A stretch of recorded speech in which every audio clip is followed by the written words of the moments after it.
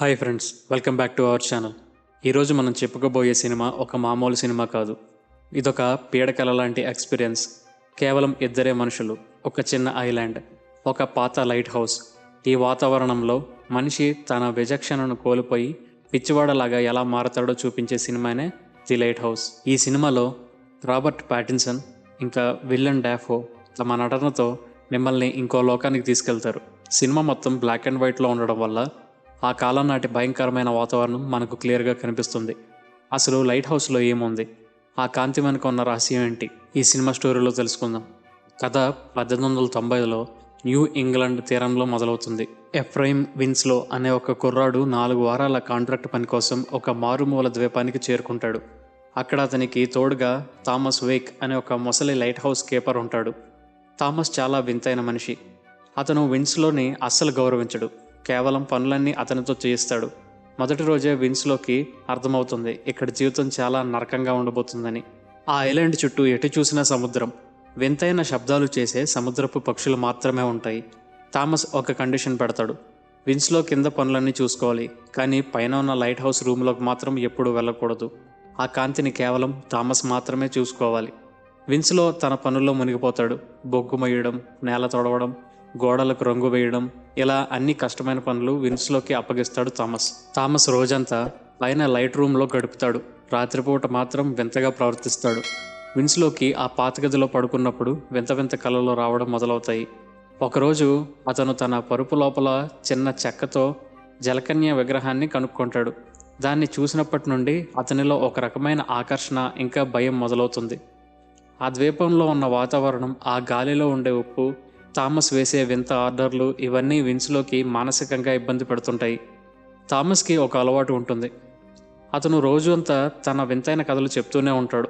సముద్రం గురించి, అక్కడుండే దెయ్యాల గురించి, పాతకాలపు నావికుల గురించి అతను చెప్పే మాటలు విన్స్లోకి విసుగు తెప్పిస్తాయి.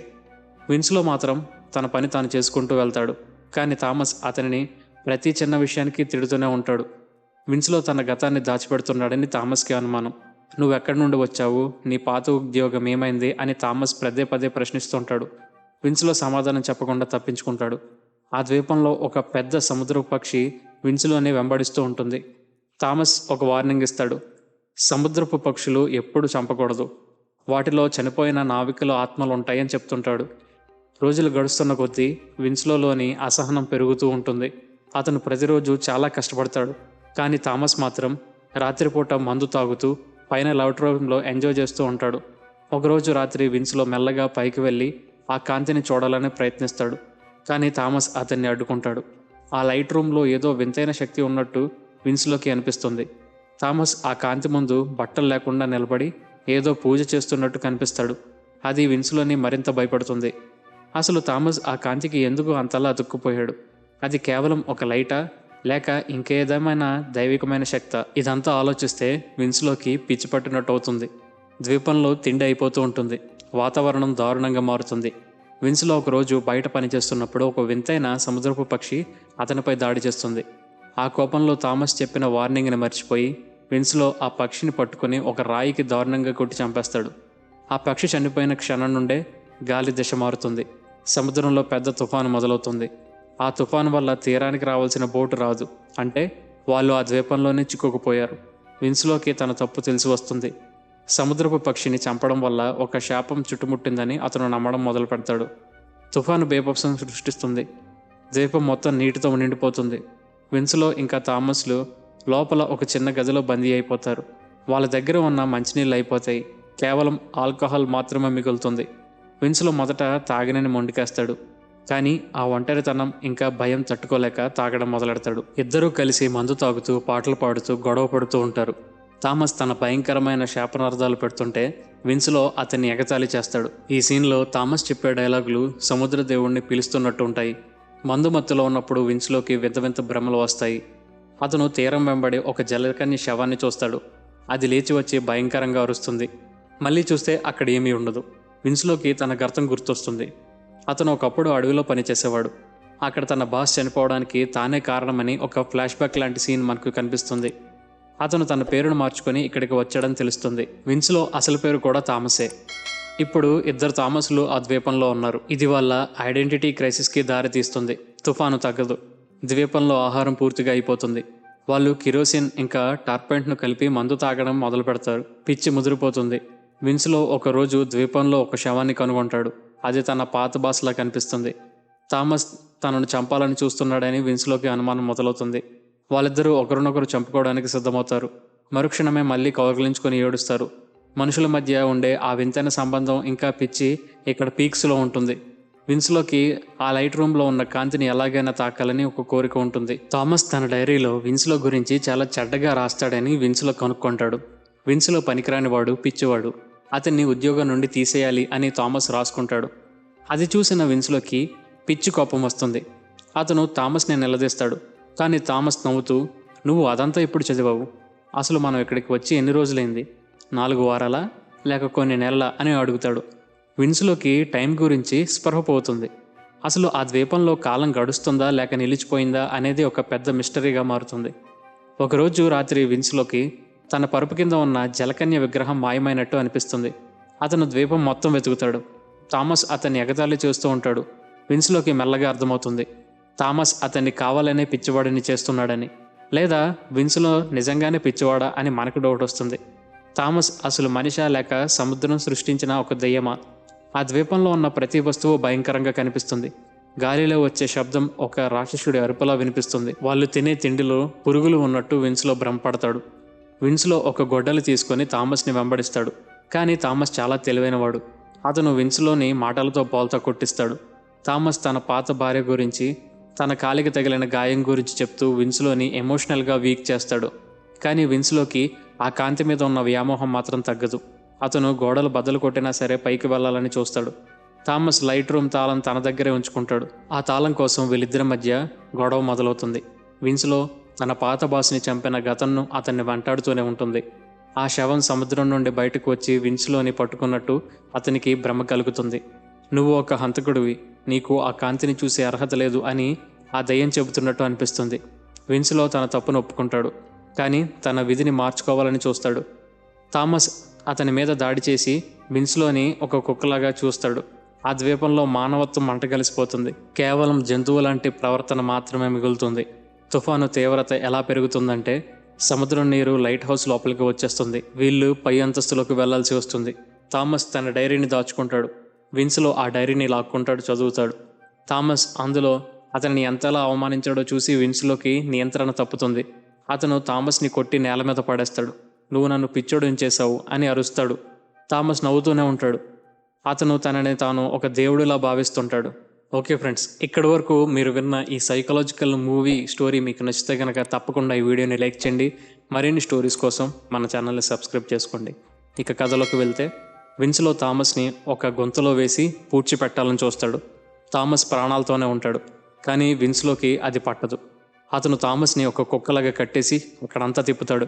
థామస్ అతన్ని శపిస్తాడు. నీకు వెలుగులో మరణం సంభవిస్తుంది అని గట్టిగా అరుస్తాడు. విన్స్లోకి థామస్ జేబులో ఉన్న లైట్ రూమ్ తాళం దొరుకుతుంది.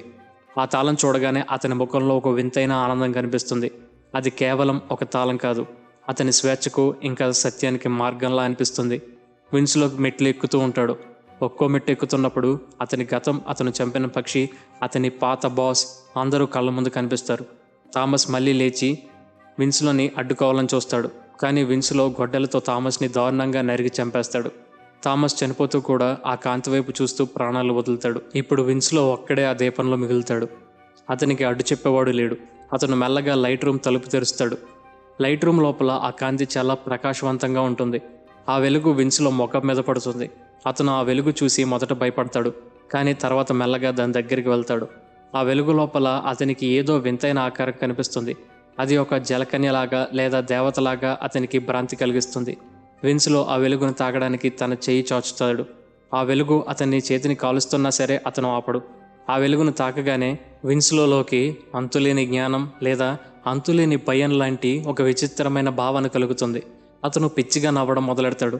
వెంటనే ఏడుస్తాడు. ఆ కాంతి నుండి అతనికి ఒక వింతైన శక్తి వచ్చినట్టు అనిపిస్తుంది. అతను మెట్ల మీద నుండి కింద పడిపోతాడు. అతని కళ్ళు ఆ వెలుగును తట్టుకోలేక కాలిపోతాయి. అతను లైట్ హౌస్ పై నుండి కింద పడిపోతాడు. క్లైమాక్స్ విజువల్స్ చాలా సింబాలిక్గా ఉంటాయి. ఇక్కడ మనకు గ్రీక్ మైథాలజీలోని ప్రొమోదియస్ కథ గుర్తొస్తుంది. ప్రొమోదియస్ దేవుళ్ళ నుండి నిప్పును దొంగలించి మనుషులకు ఇచ్చాడు. దానికి శిక్షగా అతనిని ఒక కొండకు కట్టేసి ప్రతిరోజు ఒక పక్షి అతన్ని లివర్ని తినేలా శిక్ష పడుతుందన్నమాట. ఇక్కడ విన్స్లో పరిస్థితి కూడా అలాగే మారుతుంది. అతను ద్వీపం తీరంలో బట్టలు లేకుండా పడి ఉంటాడు. అతని కడుపుని చీల్చి ఉంటుంది. వందలాది సముద్రపు పక్షులు వచ్చి అతని మాంసాన్ని తింటూ ఉంటాయి. విన్స్లో ప్రాణాలతోనే ఉండి ఆ నరకాన్ని అనుభవిస్తుంటాడు. అతను చంపిన పక్షికి ప్రతీకారంగా ఆ పక్షులు అతన్ని తింటున్నాయి. సినిమా ఎండింగ్లో మనకి ఎన్నో ప్రశ్నలుంటాయి. అసలు విన్స్లోకి ఆ కాంతిలో ఏం కనిపించింది? అది దైవమా, లేక దయ్యమా, లేక మృత్యువా? థామస్ అసలు విన్స్లోని కాపాడాలని చూశాడా, లేక కావాలనే వెలుగుకు బలి ఇచ్చాడా? ఆ ద్వీపం ఒక నరకం అని మనకు అర్థమవుతుంది. ఇద్దరు వ్యక్తులు తమలోని అహంకారం వల్ల ఎలా నాశనం అయ్యారో ఈ సినిమా మనకు చూపిస్తుంది. సినిమా టెక్నికల్గా చాలా గొప్పగా ఉంటుంది. సౌండ్ ఎఫెక్ట్స్ మన చెవుల్లో మారుమోగుతూనే ఉంటాయి. కాకపోతే ఇది ఇంట్రెస్ట్ ఉన్న వాళ్ళు మాత్రమే చూడగలరు. ఎందుకంటే black and white visuals, slow drama, కొంచెం చిరాకు తెప్పించినట్టు ఉంటుంది. బట్ వన్స్ మీరు చూడడం మొదలు పెడితే ఖచ్చితంగా మీకు నచ్చుతుంది. విన్స్లో చేసిన అతిపెద్ద తప్పు ఆ సముద్రపు పక్షిని చంపడం. అది అతని విధిని మార్చేసింది. ప్రకృతిని గౌరవించని మనిషికి ఎలాంటి శిక్ష పడుతుందో డైరెక్టర్ చాలా క్రూరంగా చూపించారు. ఆ లైట్ హౌస్ ఒక సింబల్. అది జ్ఞానానికి ప్రతీక కావచ్చు, లేదా మనిషి చేరుకోలేని ఒక కోరిక కావచ్చు. దాన్ని తాకాలని చూసిన ఏ మనిషి అయినా విన్స్లో లాగానే నాశనం అవుతాడని ఈ సినిమా ఉద్దేశం. ఇక థామస్ వేక్ క్యారెక్టర్లో విలియం డాఫో బాగానే చేశారు. అతని డైలాగ్ డెలివరీ, అతని చూపులు నిజంగా ఒక పాతకాలపు నావికుడిని మన ముందు ఉన్నట్టు అనిపిస్తుంది. రాబర్ట్ ప్యాటిన్సన్ ఒక అమాయక కుర్రాడు నుండి పిచ్చివాడిగా మారే క్రమాన్ని చాలా అద్భుతంగా చూపించారు. వీళ్ళిద్దరి మధ్య ఉన్న కెమిస్ట్రీ సినిమాకు ఒక ప్రాణం. ఎందుకంటే సినిమాలో వీళ్ళిద్దరు మాత్రమే ఉంటారు కాబట్టి. ఈ సినిమాలో వాడిన ప్రతి షాట్ ఒక పెయింటింగ్లా అనిపిస్తుంది. 19:1 ఆస్పెక్ట్ రేషియోలో వాడడం వల్ల మనకు ఒక రకమైన ఊపిరి ఆడని క్లాస్ట్రోఫోబిక్ థీమ్ కనిపిస్తుంది. మనకు కూడా ఆ ద్వీపంలో చిక్కుకుపోయామనే ఫీలింగ్ కలుగుతూ ఉంటుంది. సముద్రపు నీరు, వర్షం, బొగ్గు, మసి ఇవన్నీ మన కళ్ళ ముందు కదులుతున్నట్టుంటాయి. హర్రర్ సినిమాలు అంటే కేవలం దెయ్యాలు కాదు, మనిషిలోని ఆలోచనలే అసలైన హర్రర్ అని సినిమా ప్రూవ్ చేసింది. ఈ సినిమాలో తెలియని డీప్ మీనింగ్ చాలా ఉంది అనిపిస్తుంది. చివరి సీన్లో విన్స్లో కింద పడి ఉన్నప్పుడు అతని కళ్ళు ఆకాశం వైపు చూస్తూ ఉంటాయి. కానీ అతనికి ఏమీ కనిపించదు. అతనికి జ్ఞానం అతనికి శాపంగా మారింది. మనిషి తన పరిమితులను దాటి దైవత్వాన్ని తాకాలని చూస్తే మిగిలేది శూన్యమే అని మనకిక్కడ కనిపిస్తుంది. ఆ ద్వీపం మళ్ళీ నిశ్శబ్దంగా మారుతుంది. తుఫాను తగ్గుతుంది. కానీ విన్స్లో మాత్రం అక్కడే చనిపోతూ ఉంటాడు. మళ్ళీ ఎవరైనా కొత్తవాడు పని కోసం వస్తాడేమో అన్నట్టు ఈ సినిమా ముగుస్తుంది. ఈ సినిమాను మీరు ఒక్కసారి చూస్తే సరిపోదు. మళ్ళీ మళ్ళీ చూస్తే కానీ మీకు ఒక కొత్త రకమైన ఫీలింగ్ రాదు. ప్రతిసారి ఏదో ఒక కొత్త పాయింట్ దొరుకుతూ ఉంటుంది. విజువల్ స్టోరీ టెల్లింగ్ ఇదొక మాస్టర్ పీస్. సముద్రం యొక్క శక్తి, ఒంటరితనం వల్ల వచ్చే పిచ్చి ఇంతకంటే బాగా ఎవరూ చూపించలేరు. రాబర్ట్ ఎగ్గర్స్ తన మునుపటి సినిమా ది విచ్ లాగే ఇందులో కూడా ఒక వింతమైన లోకాన్ని సృష్టించారు. మొత్తానికి ది లైట్ హౌస్ ఒక ఎమోషనల్ అండ్ సైకలాజికల్ జర్నీ. ఇది అందరికీ నచ్చకపోవచ్చు, కానీ సినిమా ప్రేమికులకు మాత్రం ఇదొక మంచి సినిమా. విన్స్లో పతనానికి కారణం అతని గతం, ఇంకా అతని అహంకారం. థామస్ ఒక వేటగాడిలా అతన్ని ఆడుకున్నాడు. ఆ లైట్ హౌస్ కాంతి ఎప్పటికీ వెలుగుతూనే ఉంటుంది, కానీ దాన్ని చేరుకోవాలని చూసేవాళ్ళు మాత్రం కాలిపోతారు. క్లైమాక్స్లో ఆ పక్షులు విన్స్లోని తినే సీన్ మన మనసులో బలంగా నాటుకుపోద్ది. ఇది ఒక హెచ్చరిక. ప్రకృతితో ఆడుకుంటే జరిగే పరిమాణం అది అని. విన్స్లోకి వచ్చిన భ్రమలు అన్నీ అతనిని సముద్రంలో అపరాధ భావం నుండి పుట్టినవే. అతను ఒక హంతకుడు కాబట్టి అతనికి ప్రశాంతత లేదు. ఆ ద్వీపం అతని పాపాలకు వేసే శిక్షా ప్రదేశంగా మారింది. సో ఫ్రెండ్స్, ఇదండి లైట్ హౌస్ స్టోరీ. మీకు ఈ సినిమా నచ్చితే తప్పకుండా ఎలా ఉందో కింద వీడియోలో కామెంట్ చేయండి. అలాగే మరిన్ని వీడియోస్ కోసం మన ఛానల్ సబ్స్క్రైబ్ చేసుకోండి. Thank you guys, thank you for watching. Stay tune on explain Telugu.